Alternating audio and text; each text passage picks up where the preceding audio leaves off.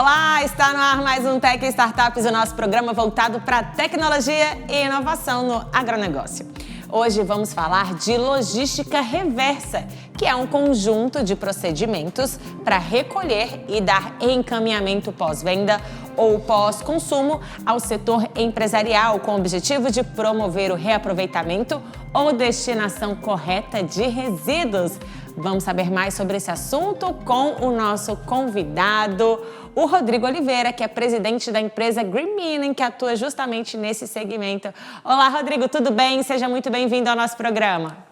Olá, Raíssa, tudo bom? Muito obrigado pelo convite, um prazer estar aqui com vocês. O prazer é nosso. Rodrigo, explica pra gente, antes de contar um pouquinho da trajetória de vocês, que eu já vou perguntar, mas na prática, o que é a logística reversa? Bacana. A logística reversa, ela é especificamente a recuperação de produtos ou embalagens pós-consumo. Portanto, algo que já passou aí na mão do consumidor, que tem que ser devolvido para algum processo produtivo de recuperação. Geralmente a reciclagem, em grande parte, para que esse material volte a virar um conteúdo reciclado e a gente consiga reduzir a exploração de recursos naturais. Dois pontos importantes da logística reversa, algo que consta inclusive na Política Nacional de Resíduos Sólidos, a nossa Lei 12.305, é que esse material deve ser recuperado por fabricantes, importadores, comerciantes e distribuidores, estes que devem implantar a logística reversa. Portanto, uma logística reversa, uma recuperação de materiais feitas de forma independente do poder público. Isso também consta na lei do Brasil. Então, é exatamente isso, a gente conseguir melhorar aí o fluxo de materiais, reduzir a exploração natural e, consequentemente, emissão de gás carbônico. Então, essas empresas que você citou, esses segmentos, eles são obrigados, então, a promoverem essa destinação? Que penalidades, por exemplo, a empresa pode sofrer se ela não cumprir? Boa pergunta, Raíssa. Essa é uma lei desde 2010, que infelizmente a gente ainda não vê ela sendo cumprida na sua plenitude, vamos dizer assim. Em 2015 chegaram as metas, Então chegou, por exemplo, para o setor de embalagens, ou melhor, todos os bens de consumo que colocam seus produtos em embalagens de uso único, eles devem recuperar 22% da massa de embalagens colocada no mercado. Então, se uma empresa colocou 100 toneladas de embalagens, independente de ser vidro, plástico, alumínio ou papéis, ela deve recuperar 22 toneladas, então 22% do que é colocado. Esse ano, acabou de sair em abril o Plano Nacional de Resíduos Sólidos, algo que quem é do setor de resíduos já esperava há 12 anos, e finalmente saiu esse plano que diz que esta meta de 22% ela vai se tornar 50% em 2040. Portanto, vai ficar cada vez maior a obrigação de recuperar essas embalagens. E o que acontece com quem não executa, com quem não faz a logística reversa, é que, em alguns casos, ela poderá, a indústria, o fabricante, perder a sua licença de operação, ou melhor, não renovar a sua licença de operação. Portanto, fazer essa ação, a logística reversa, fazer essa ação pró-meio ambiente, ela vai virar, inclusive, uma licença para operar, para que a empresa continue operando e produzindo no mercado. Interessante. Agora vocês devem ter dados aí de países que vão muito bem na logística reversa. Como é que o Brasil está nesse posicionamento a nível mundial? Raíssa, a gente está bem longe dos grandes países, Mas tem diversos países que também não estão muito bem. Então, a gente tem países como Alemanha, Áustria e França, com números super importantes, em torno de 75% a 85% de recuperação das embalagens colocadas no mercado. E o mais interessante é que, mesmo eles já estando com índices bastante elevados, eles ainda querem fechar esse espaço, a gente vai fechar esse gap que existe aí para buscar o máximo de recuperação nas embalagens colocadas no mercado. Outros países, por exemplo, como os Estados Unidos, estão bem longe. Eles têm algo em torno de 33% a 35% de recuperação de embalagens. Então, está se trabalhando bastante para melhorar esse processo. O Brasil, infelizmente, é um dos piores, está a níveis de realmente países subdesenvolvidos. A gente tem um número oficial do Ministério do Meio Ambiente mostrando que a gente recicla cerca de 2% do que se coleta no mercado. Vamos fazer uma parte aqui, que é importante a gente entender melhor os números, porque 2% do que se coleta não quer dizer que tudo que se coleta pode ser reciclável. O potencial reciclável que tem no nosso resíduo é 1/3, 33%. Portanto, é como se do todo o potencial nós recuperássemos algo em torno de 5%. Ainda são índices muito baixos. Por outro lado, uma grande oportunidade. Com certeza. E falando dessa oportunidade, Rodrigo, agora sim, já entendemos mais sobre o assunto. Explica pra gente a história de vocês, por que empreender nesse segmento, né? Por que investir na logística reversa? Bacana. A grande dor que surgiu, na verdade, eu venho do mercado de resíduos, eu já trabalhei bastante na área de projetos de engenharia voltado para aterros sanitários. E tem duas realidades, Raíssa, que a gente encontra quando a gente visita os aterros, e eu falo que a verdade do lixo está no aterro sanitário, é que a gente vê que lá estão sendo enterrados plásticos, alumínio, aço, papéis, metais, vidros, tudo está sendo enterrado. A gente enterra mais de 98% dos resíduos. Metade disso é orgânico, mas a grande parte pode ser recuperado. Só que a pior parte, na verdade, que me saía dessas visitas que eu fazia nos aterros de estômago virado, que eu falo, é ver que tinham pessoas minerando em cima do aterro. A gente está falando de crianças, mulheres grávidas, senhores de idade, que não estão só em cima de aterros, mas estão percorrendo as ruas, carregando carroças, muitas vezes com criança nas carroças, inclusive, para conseguir vender o material que ele tem valor e conseguir um prato de comida. Então, a gente tem dois problemas graves ali, né? A gente está enterrando diversos recursos naturais que foram extraídos da natureza, processados e jogados fora, que a gente chama de economia linear, quando você extrai e joga fora no final da vida.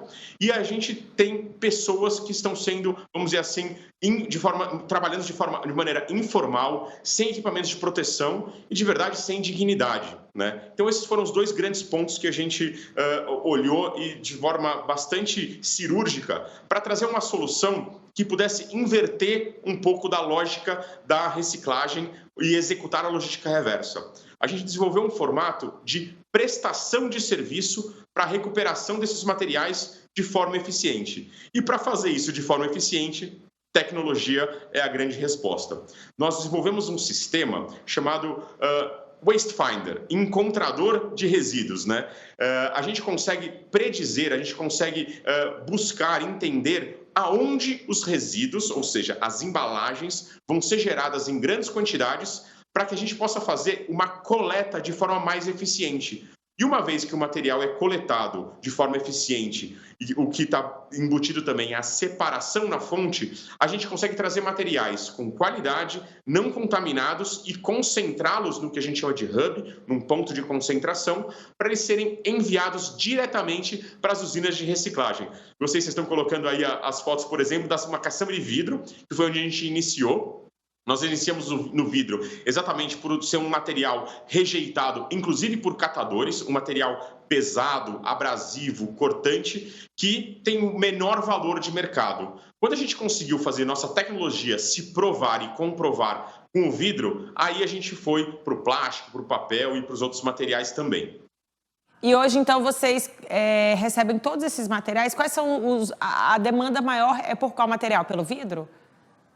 O que a gente montou? A gente montou um formato em que a gente presta o serviço para as indústrias. Como quem precisa executar a logística reversa são as indústrias de bens de consumo, nós então resolvemos prestar esse serviço para as indústrias. Então hoje nós atendemos grandes multinacionais que querem fazer de verdade a logística reversa, que entendem a regulação, a sua responsabilidade e principalmente a credibilidade frente aos seus consumidores de que eles são responsáveis pela embalagem que foi colocada no mercado e é que agora vai se tornar o que a gente chama de conteúdo reciclado. E isso é uma das coisas, eu brinco, mais mágicas da logística reversa, né? A gente conseguir fechar a circularidade, ou seja, ter novas embalagens com conteúdo reciclado. E o vidro permite ser 100% reciclável. É um item de um valor relativamente baixo em termos de custo, mas que tem um potencial reciclável infinito. E esses coletores que trabalham com vocês, como é que funciona? É bom porque gera oportunidade, né, para pessoas que muitas vezes não têm outros trabalhos, né, precisam de uma renda e conseguem, então, esse trabalho digno, né? Sem dúvida, Raíssa. Isso foi o principal pilar, na verdade, de demonstração que a eficiência permite contratar os catadores. E quando a gente nasceu, lá no final de 2018, a gente fez uma grande parceria com a Anlurb, na época, aqui em São Paulo, hoje SP Regula, em que, num programa de capacitação chamado Reciclar para Capacitar, a gente foi lá e contratou catadores, contratou carroceiros e assinou a carteira do cooperado. Eles viraram nossos CLTs com 100% de EPIs, garantindo todos os direitos trabalhistas, todos os impostos sendo pagos e a garantia que eles iam ter um vale transporte, um vale alimentação, poder ir e voltar para sua casa tranquilamente e agora a garantia de um salário, ou seja, ter a dignidade de poder trabalhar com recicláveis de forma normal, como qualquer outra empresa, vamos dizer assim, trabalha. E agora a gente consegue entregar os produtos recicláveis para as indústrias com compliance trabalhista, com a garantia que não tem uma mão de obra infantil e uma mão de obra explorada nesse processo, do começo até o fim. Que maravilha, que mais iniciativas como essa se espalhem, né? Agora a gente estava vendo ali nas imagens, são veículos não motorizados, né? Como triciclos. Tem alguma relação aí com a questão das emissões de CO2? Por que vocês optaram por esse modelo? Sem dúvida. A gente coloca que a reciclagem já tem um grande potencial de ajudar no combate das mudanças climáticas, né? Toda vez que a gente recicla, a gente está evitando que um material, que um mineral seja extraído da natureza, né? E essa extração hoje, né, a extração dos bens primários, ela representa 50% das emissões do mundo inteiro. A gente está falando em grande parte de construção civil, mas vale para todos os tipos de materiais, quando você retira o petróleo, quando você retira minério de areia, minério de ferro e assim por diante. Então a reciclagem já tem um grande trabalho, uma grande função aí em redução das emissões, além da não exploração da natureza. Além disso, quando a gente consegue fazer isso não emitindo gás carbônico, ou seja, sem usar grandes caminhões e tudo mais, ele facilita bastante a gente poder promover ainda mais a redução de impacto no meio ambiente. Então, assim que a gente começou. A gente começou com um triciclo num bairro de São Paulo, coletando em bares e restaurantes o material e levando para o nosso hub de concentração. Com a evolução, a gente chegou em 3 hubs, são bairros no caso, fomos para 15 bairros, 18 bairros de São Paulo, e a partir do momento que a gente começou a crescer, a gente começou a ter que trabalhar de forma híbrida. Então, hoje sim, a gente também trabalha com veículos, mas também trabalhamos com triciclos de carga. E como está a atuação de vocês em outras regiões? Qual é a abrangência dos serviços? A gente trabalha, então, com a coleta em São Paulo, a gente tem também coleta no Rio de Janeiro, principalmente na região da Zona Sul, e temos trabalhos sendo executados em lugares que a gente chama de lugares especiais, como Fernando de Noronha, onde lá no centro, quem for visitar, vai encontrar um grande container que a gente não só executa a coleta de plástico em alguns estabelecimentos da ilha, mas a gente faz a reciclagem do plástico. Esse projeto, chamado Protect Paradise, a proteção dos paraísos, ele faz parte, inclusive, do programa da ilha do Noronha Plástico Zero e também do Noronha Carbono Zero, porque a gente consegue fazer essa produção, essas oficinas de reciclagem do plástico, usando painéis solares, portanto, os nossos maquinários não utilizam a energia, vamos dizer assim, da ilha, a gente usa a energia do sol para conseguir executar a reciclagem. Temos um projeto também em Chapada dos Veadeiros, né, um projeto muito bacana, a gente coleta vidro em mais de 80 estabelecimentos ali da região e agora estamos planejando uma próxima expansão, porque o projeto está indo super bem, um projeto em parceria junto com a Recicle Alto, que é a Associação de Catadores, lá contratados a serviço para executar a coleta. Isso é uma coisa muito interessante, Raíssa. Quando nós trabalhamos com empresas de cooperativa ou associações, a gente contrata serviço. O que quer dizer isso? Faça chuva ou faça sol, coletem 1 quilo ou 1.000 quilos, eles recebem a mesma coisa pelo serviço prestado, assim como todos os funcionários de todas as empresas recebem o seu salário pelo serviço prestado. É assim que a gente vê a forma de levar dignidade para os processos.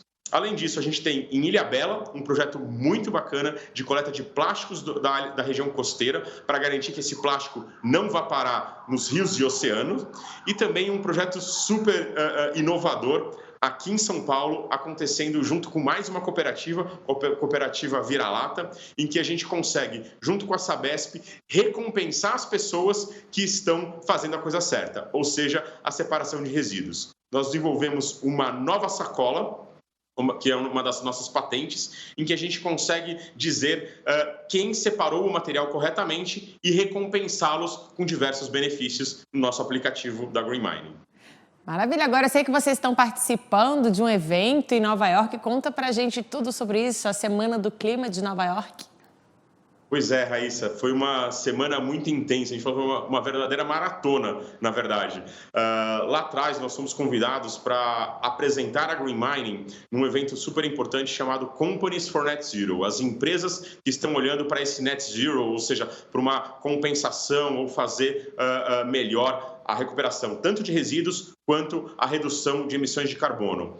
Fizemos essa apresentação junto com grandes companhias, grandes multinacionais no mesmo palco ali, e a Green Mining teve essa oportunidade, teve a honra de fazer parte desse momento e, naturalmente, acabamos sendo convidados para diversos outros eventos que foram super, super relevantes. O Pacto Global do Brasil, ele levou praticamente uma delegação, né, para poder falar sobre mudanças climáticas. Tiveram 2 dias chamados Brasil Climate Summit, onde apresentadores, pessoas do meio, bancários, empresários, secretários ex-ministros de meio ambiente, uma série de painéis falando sobre a importância e a urgência de se fazer algo.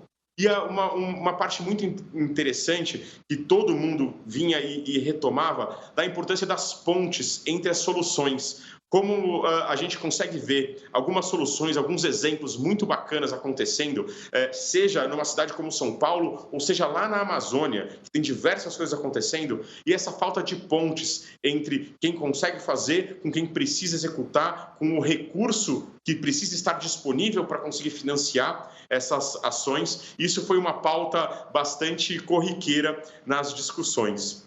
Além disso, a gente, no dia seguinte, no dia 17, no sábado, eu vi o momento das SDGs, as ODS, na verdade, né, os Objetivos de Desenvolvimento Sustentável do Brasil na ONU. Então, nós estivemos dentro da ONU de Nova York, ouvindo diversos palestrantes de empresas e representantes de diversas entidades falando sobre os objetivos muito voltados para a parte social, principalmente, né? Então, falando sobre os índios, teve uma apresentação do Alok à noite, fantástica, um novo projeto que ele lançou lá, falando que o futuro é ancestral, olhando para toda a cultura indígena e a riqueza da cultura indígena e como a gente consegue trazer isso e linkar e fazer mais uma ponte com a modernidade. Ele desenvolveu um projeto maravilhoso que vale a pena conhecer. E depois a gente teve diversos palestrantes também falando sobre ética, praticamente uma aula de ética do presidente do Conselho da Enel. Tivemos apresentações de entidades voltadas para negros. O Celso Ataíde deu um show de descontração falando sobre sua história, né, nas favelas e falando da importância que todos os favelados tiveram na economia durante a pandemia e como é esse dia a dia. Então, foi não vou dizer um choque, né, mas foi um retrato da verdade. A gente precisa tangibilizar o que realmente está acontecendo, né, parar com greenwash, parar com panos quentes, e realmente a gente precisa realmente tomar atitudes urgentes para conseguir melhorar nosso relacionamento interpessoal, né, como sociedade, e nosso relacionamento com o meio ambiente também, que cada vez mais a gente vê mais emissões acontecendo, uma dificuldade de conseguir fazer as reduções, projetos que realmente tenham a relevância necessária para a gente conseguir atingir o que a gente chama de 1,5, né, 1,5 grau, ou seja, a gente não ultrapassar um aumento na temperatura da Terra em 1,5 grau, e existem diversas ações de países e empresas que precisam acontecer para a gente atingir essas metas. Certeza, e você falou aí de ética, acho que a logística reversa vai muito de encontro ao ESG, né, Rodrigo? Total, Raíssa. O ESG, a gente fala, e eu ouvi, na verdade, de uma fala do presidente do BNDES, ele fala que o ESG deveria ter começado com G, né? E eu concordo totalmente, porque a governança, né, de que realmente o S e o E estão acontecendo de verdade, ele é fundamental. E muitas vezes a gente não vê essa governança, né? Que é o que a gente fala que começa a tangenciar, o greenwash, né? Estou fazendo uma coisa, mas é irrelevante. Eles gastam-se mais com comunicação do que com o fazer de verdade. E nesse ponto é interessante, porque na logística reversa, a gente resolveu trabalhar com tecnologia blockchain. O que o blockchain ele ajuda nesse processo? Trazer a transparência, né? Garantir que o dado é real, que 1 quilo é 1 quilo e não é 1.000 quilos. E não adianta você falar 100 mil quilos de materiais que você não sabe se foi reciclado, se você não sabe onde está, notas fiscais que um material que não foi pesado. Então a gente fala que a gente é muito chato nesse processo. A gente está aí há 4 anos, a gente coletou mais de 4.600 toneladas e se durante o dia a gente coletou 1.000 quilos, é 1.000 quilos, não é 10 mil, né? E a gente prefere ser real e verdadeiro, porque é esse número que realmente vai fazer a diferença para o mundo, seja na extração de uma matéria-prima, seja na redução de emissões de CO2. Então, a governança tem tudo a ver com a ética, né? E é o que a gente gosta de trazer as empresas para o fazer de verdade, porque atalho é muito fácil, né? Mas, infelizmente, selinho em embalagem, pagar para alguém fazer, para alguém dizer que está fazendo e você nem sabe quem está fazendo, né, é um grande problema. Então, um grande alerta, Raíssa, que é importante em logística reversa, é que a regulação fala para fazer de verdade. Esse ano evoluiu bastante esse processo. Saiu o decreto, o 11.044, que fala, olha, pessoal, só vale logística reversa se chegar na usina da reciclagem.